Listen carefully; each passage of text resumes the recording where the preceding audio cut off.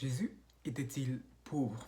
Bonjour, je suis Cédric et si c'est la première fois que vous tombez sur une de mes capsules, je vous invite à vous abonner et surtout à partager le contenu si vous le trouvez utile, à partager afin de permettre à l'algorithme YouTube de faire le travail de mettre la vidéo en avant.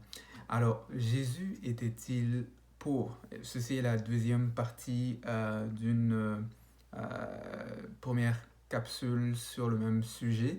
Et si vous n'avez pas vu la première capsule, je vous encourage à aller la voir parce qu'elle complète bien celle-ci. Et vous pouvez vous poser la question de savoir, mais pourquoi se pose la question à savoir, est-ce que Jésus était pauvre? Ça change quoi à la vie de quelqu'un, en fait?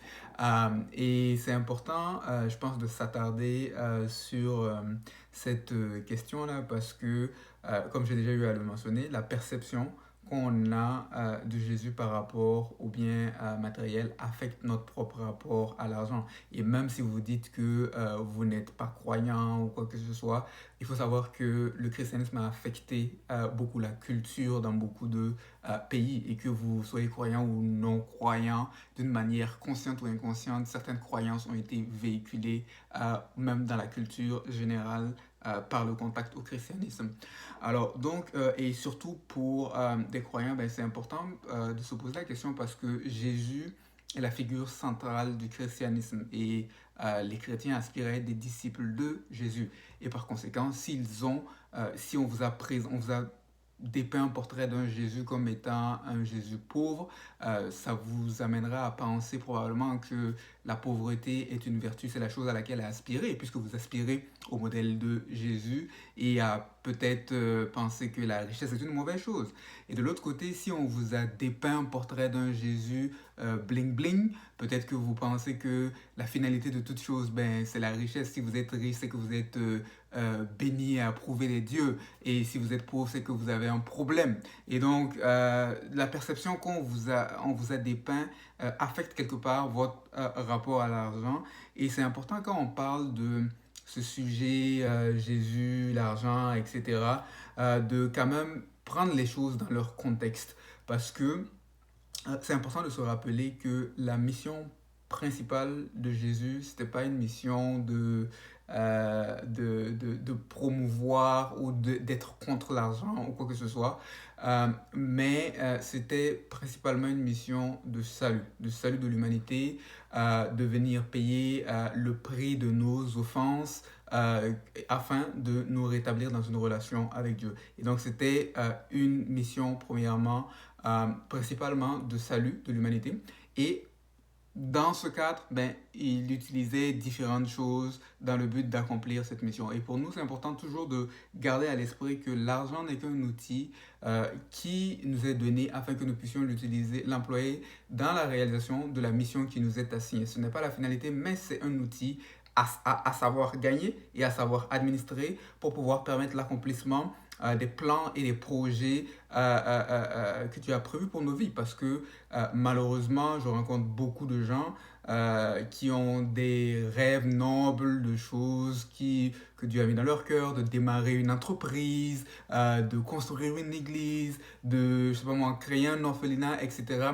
Ils ont de très grands rêves, mais ils n'ont pas les moyens pour. Et souvent, le problème, c'est parce que, il peut exister différentes raisons, mais souvent, le problème, c'est parce que, ben, certaines personnes ont une mauvaise relation à l'argent qui fait en sorte que ben, la ressource manque pour accomplir la mission. Ils connaissent la mission, mais la ressource manque pour accomplir la mission parce qu'elles ont des associations négatives avec l'argent. Et parfois, ces associations négatives-là proviennent de certaines croyances qui ont été véhiculées de manière erronée via la religion. Et c'est important de prendre le temps parfois de se poser des questions. Et l'une des croyances qui a été souvent véhiculée, en tout cas moi, de mon expérience, la vôtre peut être différente, mais de ce que moi j'ai eu à voir, c'est souvent le portrait d'un Jésus pauvre, en fait. Et c'est important de s'arrêter et puis de se poser la question, est-ce que Jésus était réellement pauvre de la manière dont on le présente? Parce que ça va nous créer une certaine association ou non à l'argent basée sur cette présentation. Et selon moi, la réponse que j'ai à livrer ici, c'est que, ben, contrairement à ce qu'on pense, Jésus avait les moyens nécessaires pour accomplir la mission pour laquelle il est venu. Et dans cette vidéo-là, en fait, ce que je vais faire, c'est que je vais prendre certains éléments qui sont souvent utilisés pour dépeindre un Jésus pauvre, afin de les analyser et puis de voir, en fait, est-ce que c'est pertinent en tant que tel. Alors, souvent, on va nous parler d'un Jésus pauvre en nous disant, ben, il est né dans une étable. Ok, Jésus est né dans une étable, dans l'endroit où on nourrit les animaux, là où les animaux sont. Et donc, c'est un endroit, c'est pas un palace 5 étoiles pour dire que le sauveur du monde, ben voilà, il est né dans une étable et donc il était pauvre. Il faut faire attention. Certains vont utiliser ça pour dire cela. Il faut faire attention parce que le fait que Jésus soit né dans une étable ne signifie pas qu'il était pauvre, que ses parents étaient pauvres. En effet, dans la Bible, vous allez voir qu'on a dit il est né dans une étable parce qu'il n'y avait pas de place à l'hôtel. Donc, ce n'est pas parce que ses parents n'avaient pas l'argent, mais c'est parce qu'il n'y avait pas de place à l'hôtel. Est-ce que ses parents avaient l'argent pour payer? Est-ce que ses parents n'avaient pas l'argent pour payer? La Bible ne nous dit pas. La seule chose que la Bible nous dit, c'est qu'il n'y avait pas de place à l'hôtel. Donc on ne peut pas se baser sur le fait qu'il est né dans une étable pour dire voilà, il était pauvre. Non, parce que le fait qu'il est né dans une étable, on ne nous dit pas que c'est parce qu'il ne pouvait pas payer. Donc, il faut faire attention. Et la raison donc pour laquelle Jésus est né dans une étable, l'une des raisons en tout cas que la Bible essaie de véhiculer, c'est pour nous dire en fait qu'on a en lui un sauveur qui est accessible par tout un chacun de nous, quel que soit le statut, la classe sociale d'où nous venons, parce qu'il n'est pas né dans un palace 5 étoiles bien gardé où quelques privilégiés peuvent aller, mais il est né dans un endroit très bas, très minime, et pour rappeler que c'est un sauveur accessible auquel nous pouvons tous accéder, quelles que soient nos erreurs, nos échecs, notre statut économique, nos victoires, etc. Il est accessible par tous. Et donc, il faut faire attention à cela. Le deuxième argument qui est souvent utilisé pour dépeindre un Jésus pauvre et faire parfois la vertu de la pauvreté, c'est de nous dire que oui, c'est toujours des textes qui sont dans la Bible, mais qui sont mal utilisés. C'est de parfois nous dire, ok, il s'est fait pauvre afin que nous devenions riches. Et donc, certaines personnes vont l'utiliser pour dire, voilà, il était pauvre, etc. Mais il faut faire attention parce que ce texte-là ne parle pas en tant que tel de sa pauvreté financière. C'est un texte en fait dont on peut retrouver un peu le corollaire dans les textes de Philippiens où par exemple Paul va dire que il s'est dépouillé afin de se rendre serviteur, etc. Donc la pauvreté à laquelle on est essentiellement en train de parler, c'est que lui qui était égal à Dieu a accepté de se dépouiller de tout cela pour prendre une condition humaine afin de sauver l'être humain et pour nous aider, nous, à nous rappeler que nous pouvons trouver en lui un sauveur qui sait compatir à nos douleurs, un sauveur qui a vécu l'expérience humaine, qui a laissé son statut d'être égal à Dieu pour prendre cette condition humaine-là et vivre parmi nous pour que nous puissions savoir que là où nous avons connu des rejets, il a connu des rejets. Là où nous avons connu un sentiment d'être diminué, d'avoir perdu quelque chose, il a connu toutes ces choses. Il a vécu des souffrances afin d'être capable d'être un sauveur qui peut nous secourir. Et donc, nous pouvons nous adresser à lui parce qu'il n'est pas assis quelque part hors de l'expérience humaine et il ne comprend pas nos souffrances, il ne comprend pas nos douleurs. Donc, le fait de dire qu'il a été pauvre, il est devenu pauvre afin que nous soyons riches, parle en fait quelque part de ce dépouillement de certains privilèges qu'il avait sur le point de vue spirituel en tant que tel. Et aussi un troisième argument qui est parfois utilisé ou mal utilisé pour essayer de dépeindre en fait un Jésus pauvre pour nous amener parfois à faire l'apologie de la pauvreté, à avoir peur de l'argent, c'est de nous dire que Jésus, voilà, Jésus a grandi, est né, a grandi dans une famille pauvre, voilà, il était dans des conditions totalement abjectes et tout ça.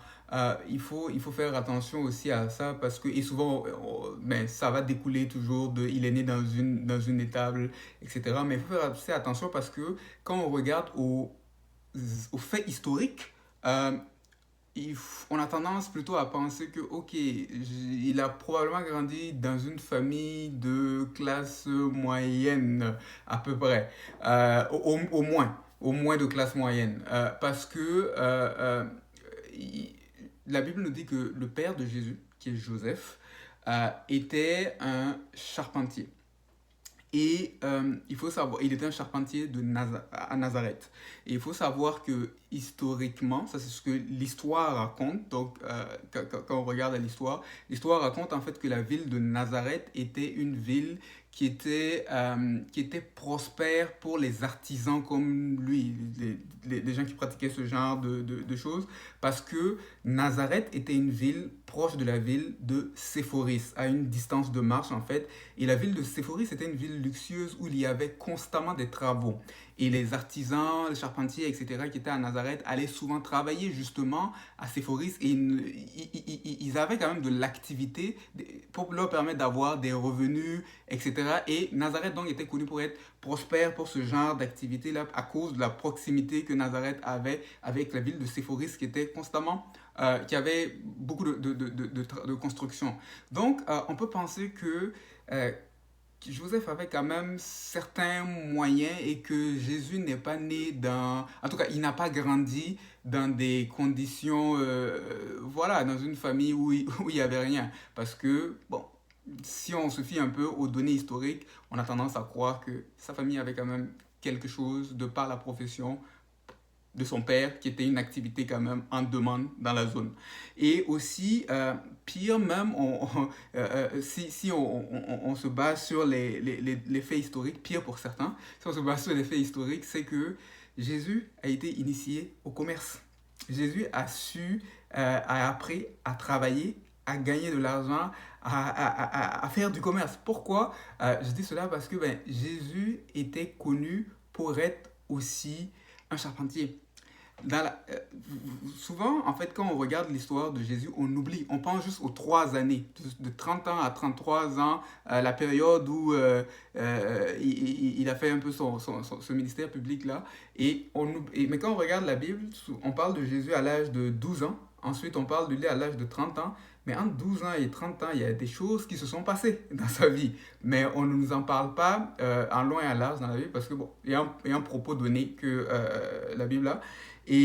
Mais il faut savoir que selon la coutume de l'époque, quand on regarde les livres, on lit l'histoire, la coutume de l'époque, c'était la coutume à l'époque pour les enfants de travailler dans l'entreprise du père et de reprendre éventuellement cette entreprise. Et c'est pas pour rien que quand vous regardez par exemple dans l'évangile de Marc, on parle de Jésus comme étant le charpentier, fils de Marie. Donc il avait une certaine profession aussi. Il a probablement travaillé dans cet espace-là comme vous et moi.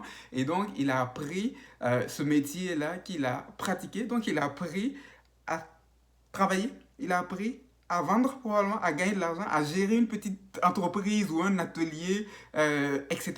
Et donc, c'est pour vous dire que ben, il ne faut pas être complexé. Parce que le sauveur même de l'humanité, quelque part, si on se fie au contexte historique des choses, il a eu à dealer avec l'argent, à savoir travailler, à savoir gagner, à savoir gérer un atelier, etc. Et donc, il ne faut pas avoir peur de l'argent. Il ne faut vraiment pas avoir peur de l'argent. Il ne faut pas, d'un côté, diaboliser l'argent, comme il ne faut pas aussi, de l'autre côté, en faire la poursuite ultime, parce que ce n'est pas l'un ou l'autre ne sont pas ne font pas partie du message de Jésus. Et ce que nous devons savoir, c'est que l'argent est un outil que nous avons et que nous devons savoir employer afin d'accomplir les buts et desseins que Dieu a placés dans le cœur de tout un chacun.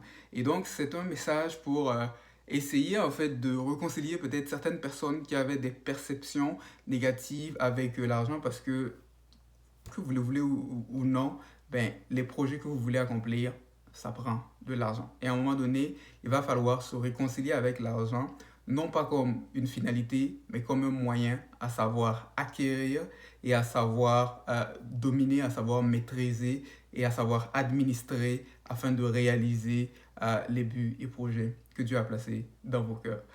J'espère que cette capsule vous aura été utile. C'était Cédric et pour plus de ressources, vous pouvez vous rendre sur cédriczongo.com et n'oubliez pas de partager la vidéo si vous l'avez trouvée utile. Partagez-la avec vos amis, familles, des personnes à qui cela pourrait intéresser.